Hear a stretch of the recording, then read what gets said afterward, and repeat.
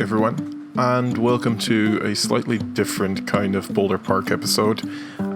Today I wanted to give you guys a quick update on what I've been working on, and since I didn't make that much progress the past week, I didn't feel like dedicating a whole half-hour long episode to this, so I thought I'd just quickly show you some glamour shots of what I have been working on, starting with the theatre in the western area, or amphitheatre, I guess, because this now has a stage, contrary to what it was last episode, where it was just the seating and really nothing else. This now has a tiny little stage where actors would probably perform stunts and tell a kind of cliche western story of a jail inmate escaping and robbing a saloon and going to a hotel and just diving all over the place. Now I wanted to keep this quite small. I did make sure there are a lot of little doors where actors realistically could escape to go backstage or to appear somewhere else. And I also added a little screen of, I think his name is Saguaro or something, on the right in the cart. Now this is just temporary media, but realistically there'd be probably some kind of a storyteller there to kind of guide you along the story that's being told.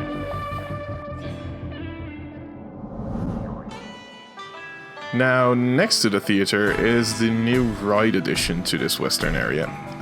This doesn't really have a name yet, but I guess we could call it Blue Lily, as that's what's on the front facade. This little ride was inspired by, I think they're called the Geistenfahrt in German.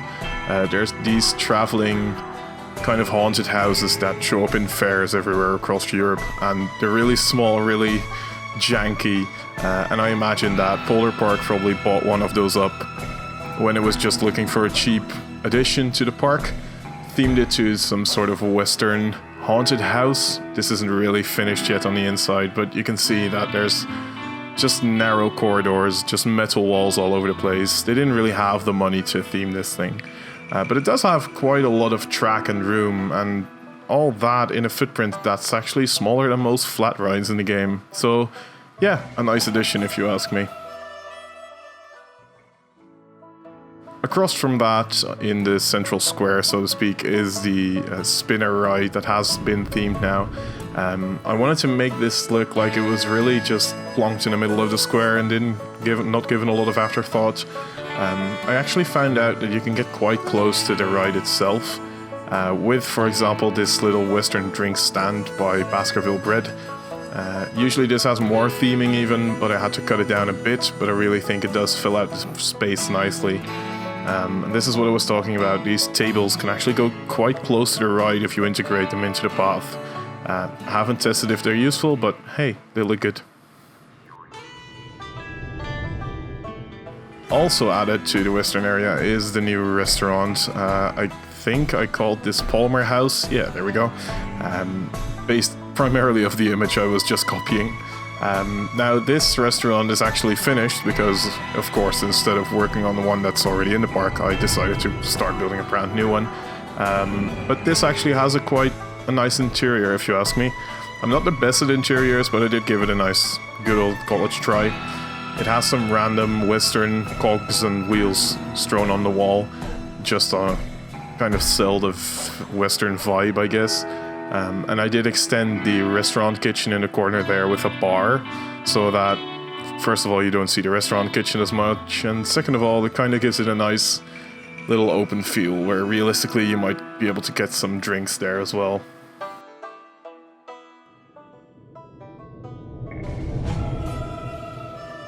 Now, moving on to the other side of the park, the Boardwalk area, the reason I didn't want to make this into a full episode is because I haven't done a lot here, or at least nothing meaningful. I did, however, redo the coaster again, which now, well, it actually looks like a decent little coaster. It's called Tornado because, as I said, cliche naming, and I guess it kind of fits, even though that sign is very temporary. Now, I also added this Charoplane, I think it's called. It just felt like a really good boardwalk ride to add. And I did also remove the tidal wave ride that was there previously because it was just way too massive. Now, the creepy crawler, as Jan originally called it, has been recolored, not rethemed, from bright red to this kind of muted turquoise. I am still debating whether or not I want to keep this in the park. Not because I don't like it, I really like it, but it's not...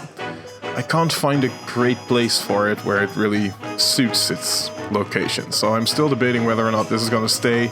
But for now it's there because, well, like I said before, it's just a perfect boardwalk coaster, isn't it? So yeah, let's take a little ride on the big wooden one, give you a view of that.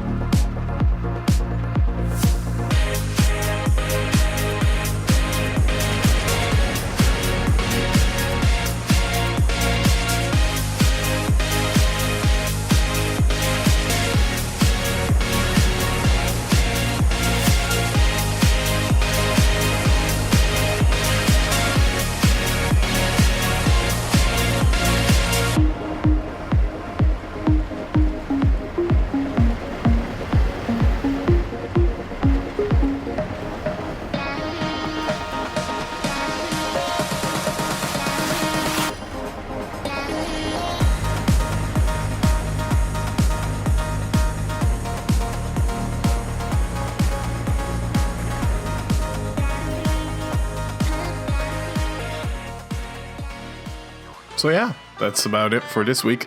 I hope you can see why I didn't want to turn this into a full-fledged episode. It's just a few quick updates to not leave you without anything this week. Next week, hopefully I'll be able to make some more progress and, well, who knows, maybe even finish the boardwalk area in one go. That would be nice. For now, thank you for watching.